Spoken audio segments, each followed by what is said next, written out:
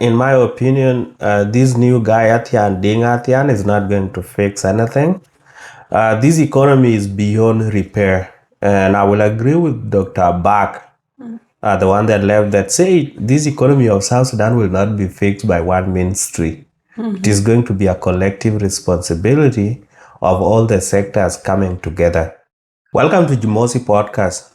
So there is this trending story of the new Minister of Finance called Athian Diing Athian, rejecting the welcoming ceremony, saying that it is a waste of resources. So apparently, the Ministry of Finance was organizing something for him as a way of welcoming him back. And my question to you is, do you think he did the right thing by rejecting that welcoming ceremony?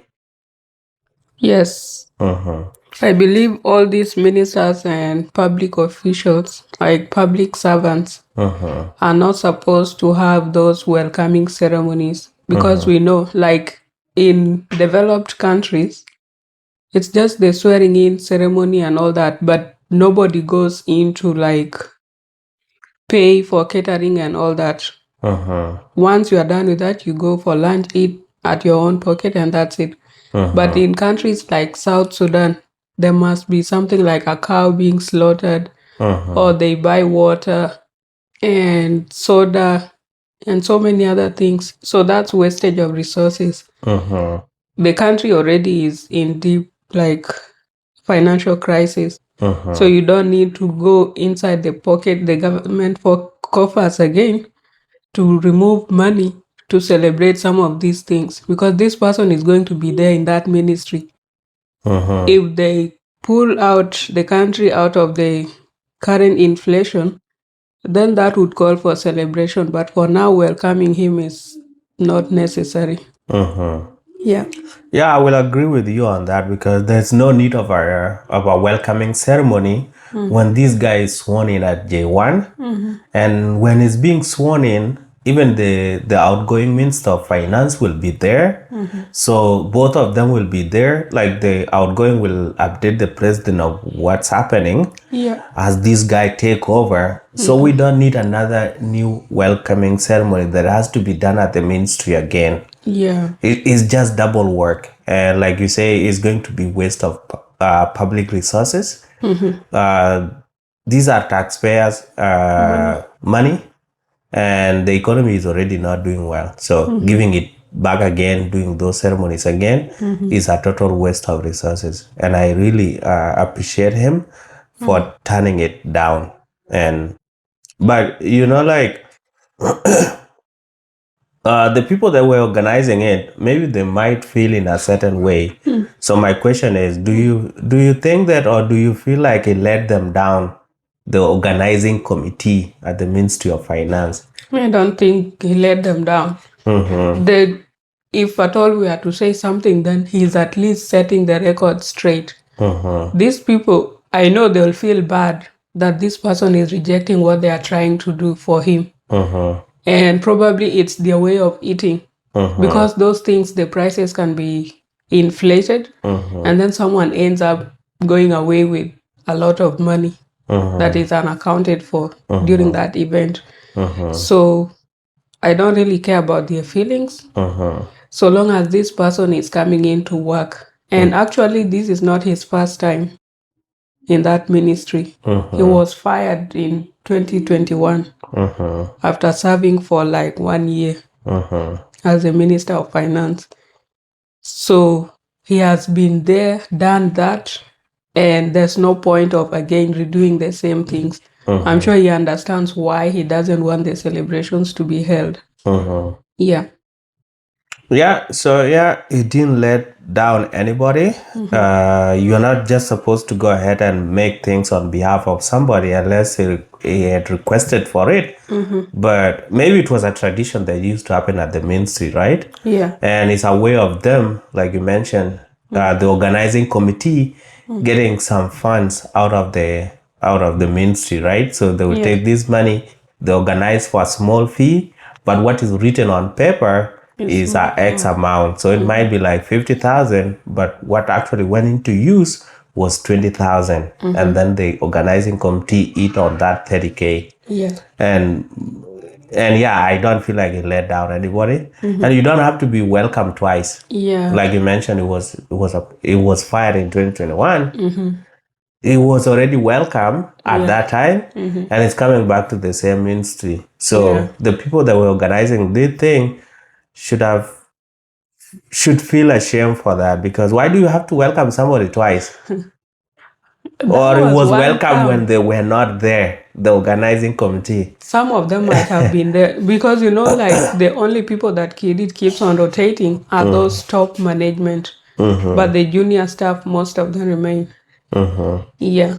All right. So now coming to these ministries within South Sudan, that every time a new minister is appointed, then they have to organize a welcoming ceremony somewhere. In this case, it's not just going to be the Ministry of Finance alone. Yeah. There are other ministries that are practicing the same thing. Yeah. So my question is, do you think these ministries or the Ministry of Finance operates on a budget, or they just operate on a free mode? I think most people use money as it come in. I believe most of them try to operate on free mode. Yeah. When they get more money, they spend it anyhow. When they get less money, they try to budget to see how things will go and what they can cover with the little that they get. But still, even in that small amount, there's corruption happening. People are stealing the money. Yeah. I don't think they really stick to any budget. Because mostly you find most of their budgets are beyond what is available. Yeah. Even in parliament. Yeah. Yeah, I agree with you. Most of these ministries, they don't really allocate those budgets appropriately, because so many things do happen. And especially with how President Kiir do things, even if you guys set up a budget this year, in the next couple of 3 to 4 months, you have to leave this guy, a new guy come in and give priorities to different things. So now you guys have to work how to fix the budget again. Yeah. So it inconvenienced them. So for some reason, they just ended up operating on a free mode, so that as things happen, they spend as things happen. Yeah. So they don't have to stick to a specific budget. Otherwise, there will be a lot of constraint that will be happening here and there. But like being Ministry of Finance, these people are the people that at the top of the list should be at the top of the list. That the people, especially with a country like South Sudan, that the top people that are not operating on a budget, because money come through them, or they seize money. So why do they have to restrict themselves when money goes through them? So they just spend as it coming. Hey, welcoming possible. Ceremony. Yeah, this also one I and feel all like this bullshit. Yeah. Yeah, I also feel like they don't really have a controller. Or if the controller is there, it's just controller on the books, but not in practice. Because most of the time you hear things like documents being leaked, and then so and so has been given 100 million, $100,000. And then if you look closely, there's nothing really tangible that they are going to provide or to deliver that is equivalent to that amount of money. So it's like there's no proper auditing. And that is something that they need to put in place if they are to curb this corruption, so that the ministry can account for every money that they send out, or any money that is released from the Ministry of Finance. And then they are supposed to also do some follow-up with other ministries. Let's say if they were releasing some funds to the Ministry of Health, then they need to make sure that the Ministry of Health is able to account for whatever amount that was sent to them. Yeah, it's crazy. But do you think this new minister again, Athian, will help in the recovery of South Sudan deteriorating economy? They have tried. Last time, I think it was Dr. Bak who was being released, and then the other guy who came in from Ministry of Petroleum. And during in his speech, when he was leaving the ministry, Dr. Bach said something along the lines of the problem of South Sudan economy is not something that can be fixed by one individual. And then South Sudanese netizens were commenting, saying that something that defeated an economist cannot be fixed by an engineer, because the person who was replacing him is an engineer. I think it's engineer war something. Yeah. So in this case, I don't think Athian will fix the issue with the Ministry of Finance and inflation. This is because there are so many factors that affect inflation. Things like the market, demand and supply, and also the fact that South Sudan imports almost everything, including food products. So that can never really make the country to be stable. Stability will come when the country is able to produce some things, let's say goods, in terms of agricultural produce, and then they are able to feed the people within the country and some cash crop to export. That way they're able to get foreign exchange. And then also work on electricity. So the issue with inflation is not something that can only be addressed by the Ministry of Finance. It needs collaboration of multiple ministries. Yeah, and we are not sure if it will last for more than 1 year. Yeah. Yeah, in my opinion, this new guy, Athian Diing Athian, is not going to fix anything. This economy is beyond repair. And I will agree with Dr. Bach, the one that left, that say this economy of South Sudan will not be fixed by one ministry. It is going to be a collective responsibility of all the sectors coming together. Because what is this guy going to do? This issue is too complicated. The reason why things are too high or why the inflation keep going up is because there's high demand for US dollars, and we don't have a concrete source of income that bring in a lot of dollars. And then also our South Sudanese pound is not easily accepted by the Ugandans and the Kenyans, our neighboring countries. So that we don't need dollars. When you want to go buy goods in Kampala, you just give them pounds, they take them, and then they exchange it at the local bank. But the local bank don't want to take, because South Sudan economy is not stable and is going to, they're going to have a lot of losses. The same thing to Kenya. So if those transactions are not fixed, like the currency thing is not fixed within the East Africa, and then the factors of production, and so that we are able to produce our own food. This idea of having your kids all over in Kampala, in Uganda, they need medication.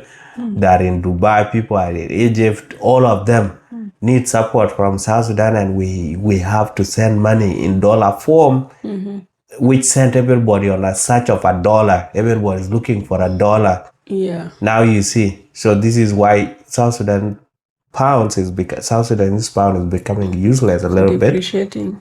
Yes, because there's no demand for it. Everybody's looking for dollars to send to their kids outside.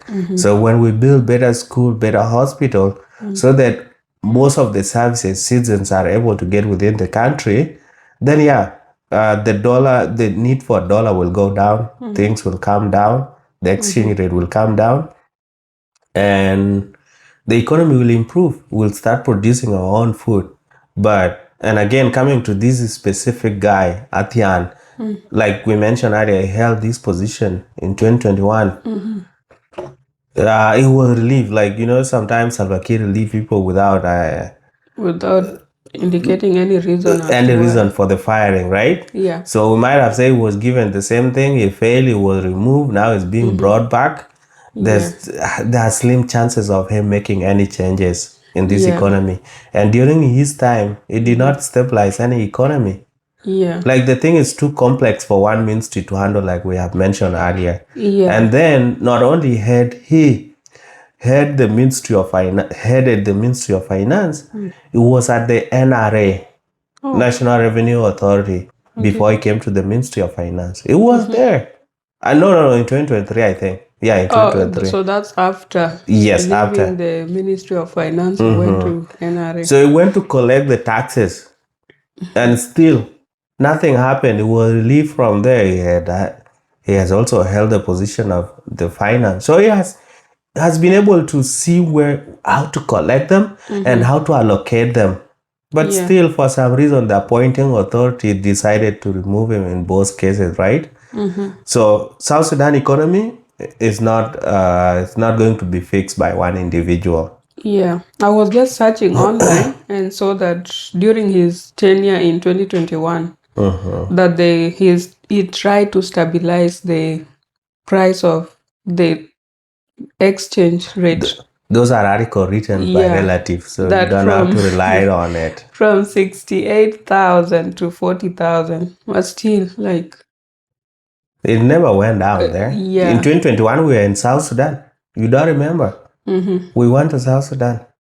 When was the first time dollar hit 100,000? Was around 2023, I think. Yeah, that was in 2023. Yeah. We got it around 60 something. Yeah. But I myself, when we were in 2021, it was around 60 something too. Oh, okay. Yeah. So those are relatives writing a good article on behalf of somebody. It might be working, but we have not seen it. The dollar is almost going to 700,000 at the moment. So all these things are just, let's support our relatives, but it's going to be a little bit crazy. But coming back to conclude on the story itself, you see this one where people talk of rejecting the welcoming ceremony. Yeah. I saw it somewhere where he commended the organizing committee for doing a low budget welcoming ceremony. Like when he went to the ministry to be shown on what is left, how to take over, other duties up and apale. There was a small organizing thing that happened there, and he commended them for having a low budget. So this idea of like he rejected it, it's just going to remain as he rejected it, but in other cases he's commending for doing a low budget. So it might have happened in the mix, and it's just that he rejected the big one, but a small one happened. So the money has been spent at the end of the day. Yeah, no, like, but at least that's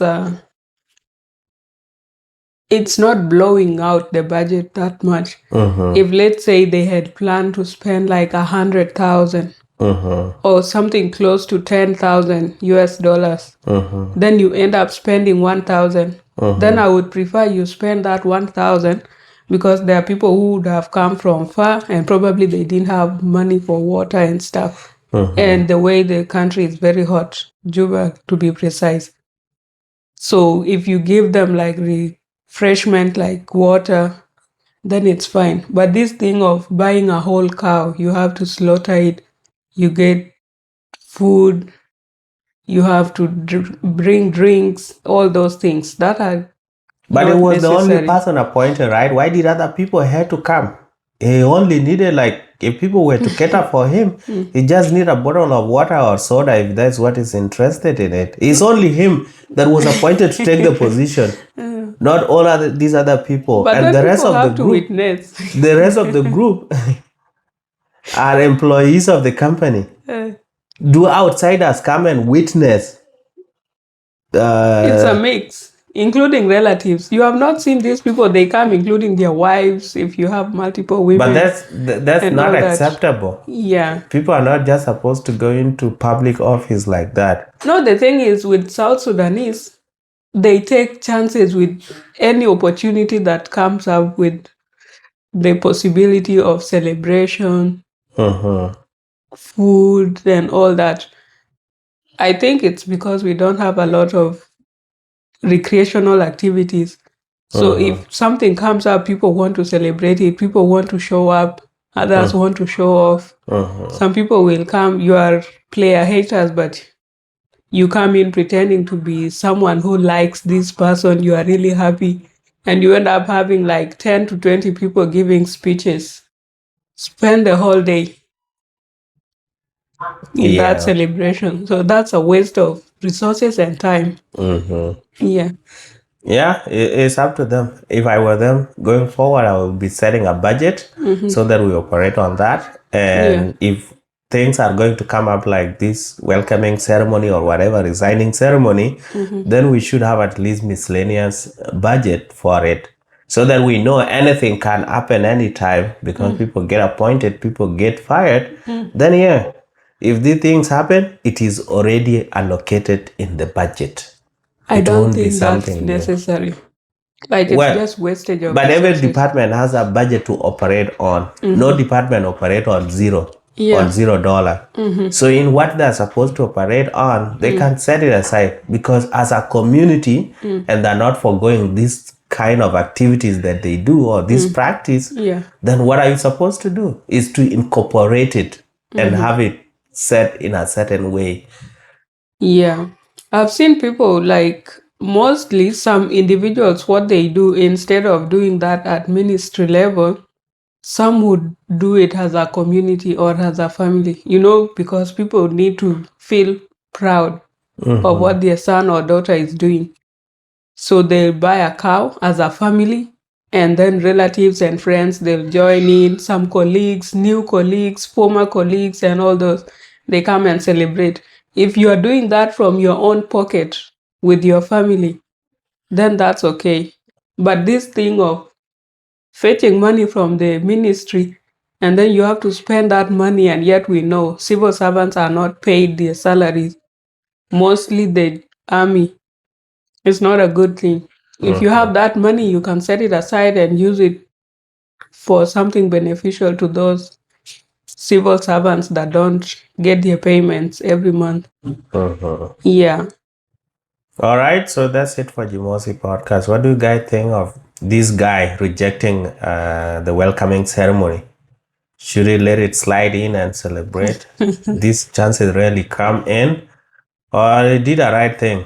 If it is true that he actually rejected it, because this can be a story of a hunter. Yeah. Okay. All right. So leave your comment, subscribe, share, like, and And let's reach 2,000 subscribers. yes.